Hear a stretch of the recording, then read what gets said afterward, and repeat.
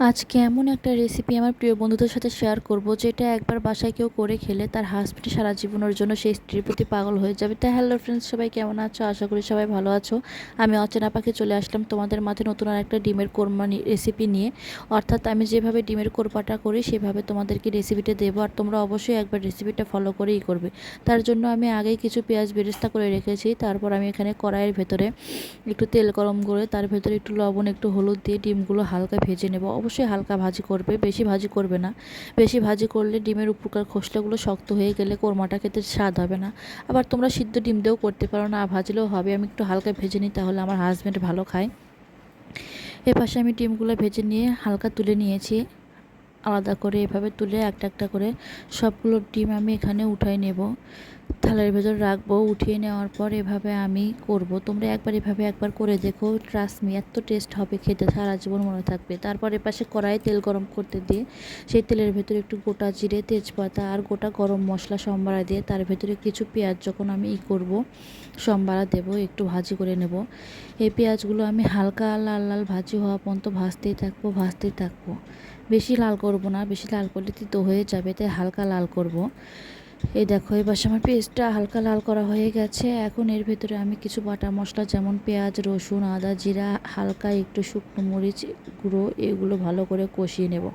আর হ্যাঁ, তোমরা মশলা কষানোর সময় গ্যাসের আঁচটা অবশ্যই আস্তে দিবে, না হলে মশলাটা পুড়ে যাওয়ারই থাকে। এর ভেতরে আমি একটু বাদাম বাটাও দিয়েছি।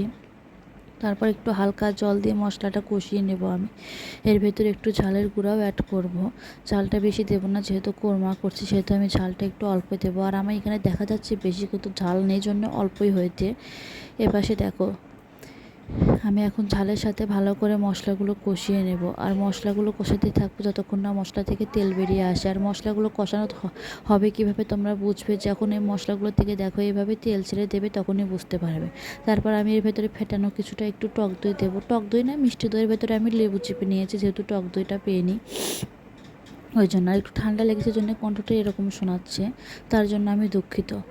দেখো, তোমরা এইভাবে আস্তে আস্তে মশলাটা কষিয়ে নেবে। আর যখন দই দেবে তখন গ্যাসের আঁচটা অবশ্যই লো হিটে দেবে, তাছাড়া তোমার এটা পুড়ে যাবে মশলাটা। আর পুড়ে গেলে অবশ্যই খেতে স্বাদ হবে না।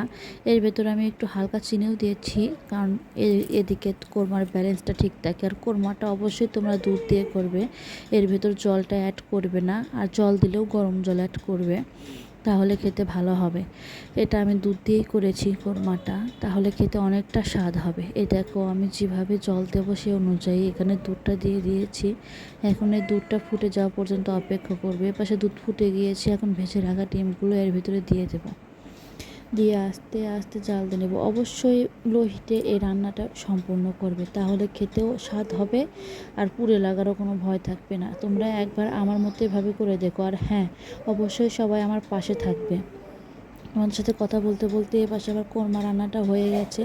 এখন উপর দিয়ে কয়টা কাঁচামরিচ ছিটিয়ে দিয়ে কোরমাটা নামিয়ে নেব। আর নামানোর পর অবশ্যই উপর দিয়ে পেঁয়াজ বেরেস্তা দিব। আর হ্যাঁ, তোমরা সবাই অবশ্যই আমার পাশে থাকবে এবং কি আমাকে সাপোর্ট করবে, যেন আমি জীবনে কিছু করতে পারি। ধন্যবাদ সবাইকে আমার ভিডিওটা দেখার জন্য।